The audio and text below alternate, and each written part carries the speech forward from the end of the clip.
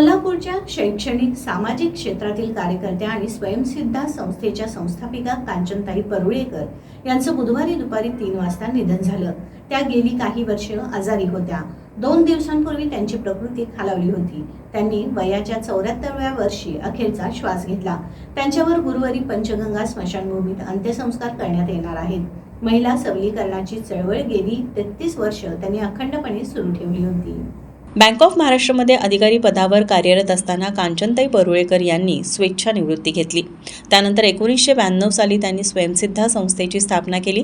महिला वर्गाच्या सक्षमीकरणासह त्यांना आर्थिकदृष्ट्या बलशाली करणं, त्यांच्या मार्केटिंगची कला कौशल्य वाढवणं तसंच ग्रामीण भागात स्वयंपूर्ण सबलीकरण करणं या त्रिसूत्रीवर त्यांनी काम केलं होतं।